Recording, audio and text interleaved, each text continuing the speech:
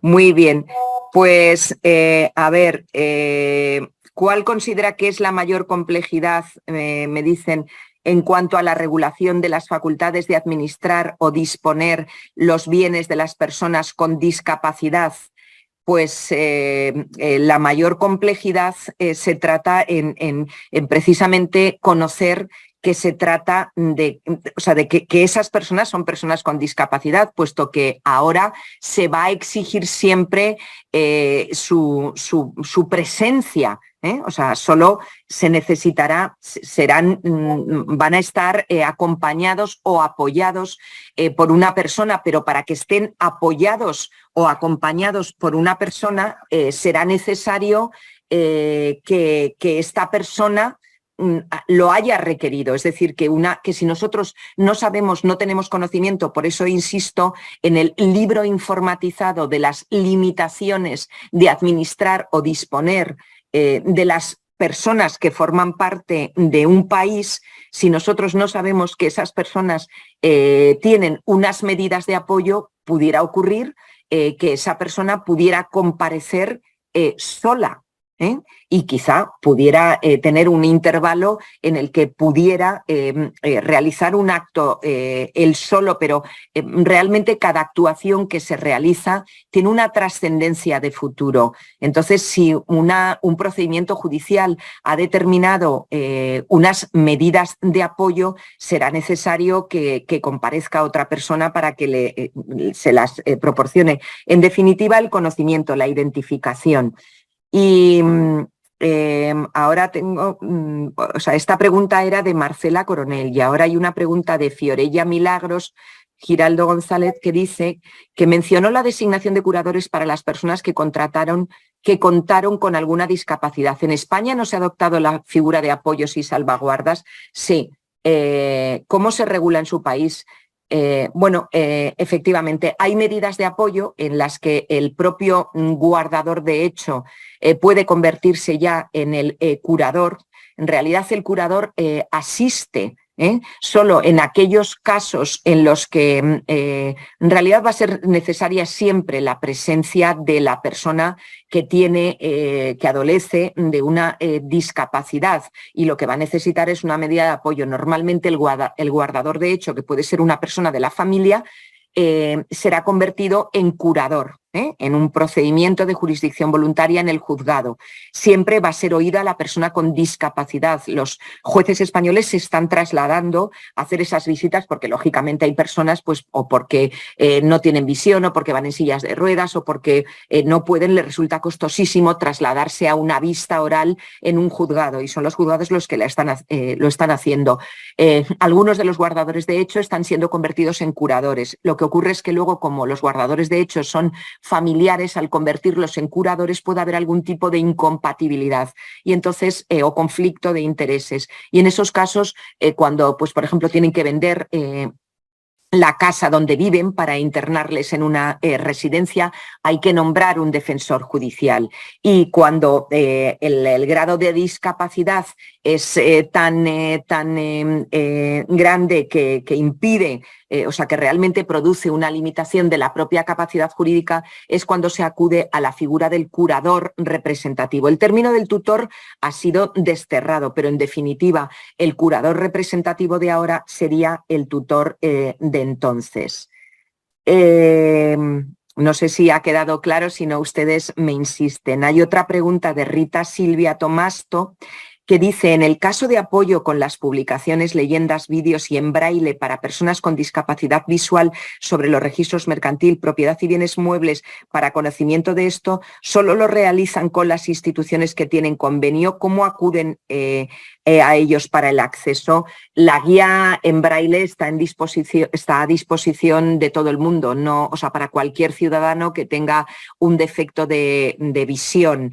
Las guías guías a las que me he referido están también abiertas en la página del Colegio de Registradores porque son guías fáciles. Y los convenios, que hay convenios, pues por ejemplo, para el acceso al RETIR, porque el acceso al registro de titulares reales es un acceso libre para todos aquellos que tienen un convenio o también para las autoridades que tienen que ver con el blanqueo de capitales, para las autoridades independientes y las autoridades, por supuesto, judiciales, la Fiscalía, la Guardia Civil, pero luego hay con otras instituciones con las que se firman convenios especiales para llevar a cabo actuaciones especiales. Entonces, esos se firman convenios entre el Colegio de Registradores de España y los organismos correspondientes para que puedan acceder a todas nuestras bases de datos.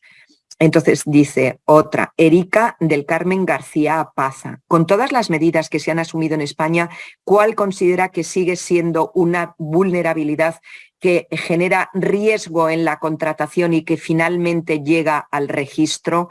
Pues el riesgo es descansar un día o quedarte dormido un día, porque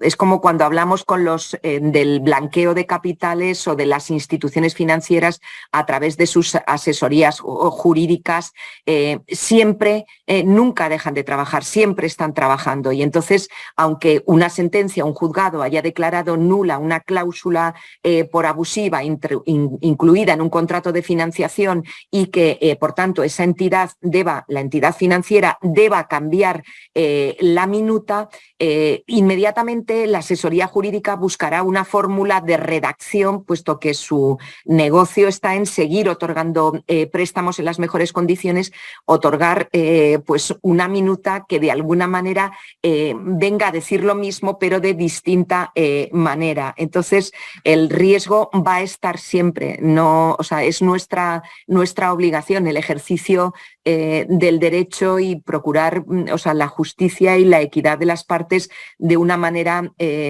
completamente equitativa. Por eso decía que las instituciones, o sea, la institución registral es muy importante, la función de formación, el aprendizaje, o sea, nos tiene que obligar a hacer de liebre para que nosotros sigamos estudiando y formándonos, pero desde luego tiene que darnos todas las facilidades. Por ejemplo, con lo de las personas con medidas de apoyo, lo que hace es parametrizar eso dentro de los sistemas informáticos registrales, de tal modo que a cada uno nos sale una alarma.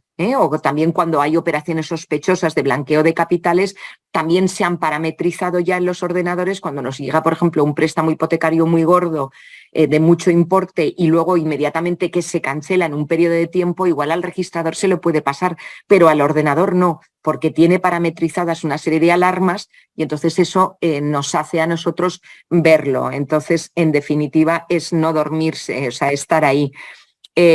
Una última pregunta, creo que nos da tiempo, dice, ¿qué sucede con las personas que se encuentran en la lista negra como malos gestores y se pretende su nombramiento como administrador de una empresa? Puesto que lo que pasa es que lo rechazamos, es obligatorio, es el artículo 63 bis del Reglamento del Registro Mercantil Español, que se modificó precisamente después de la Convención de Nueva York y como consecuencia de las limitaciones que un procedimiento de insolvencia puede generar como consecuencia de que ese concurso, esa situación de insolvencia haya sido declarada culpable, o sea, que no haya sido fortuita. En ese caso, el procedimiento termina con, cuando es culpable, estableciendo que el administrador, el representante orgánico de una empresa que tiene su parte de responsabilidad, hay un plazo, establece la legislación española, entre 5 y 10 años en el que se le inhabilitará para el ejercicio del comercio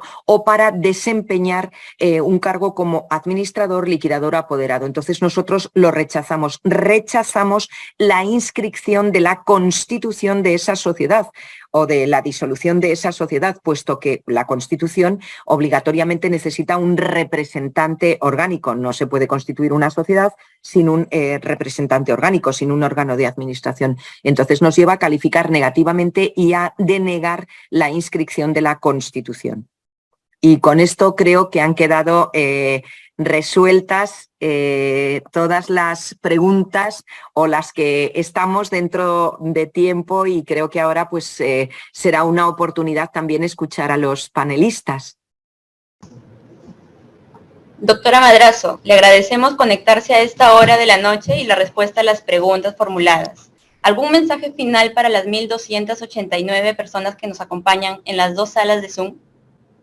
Pues mi mensaje es que sigan siendo excelentes registradores y entusiastas del derecho, reciclándose, formándose, y un poco lo que decía, yo creo que era el superintendente, pues la vocación de servicio público. Estamos para servir a los demás, y sirviendo a los demás, pues servimos a la institución y la enriquecemos.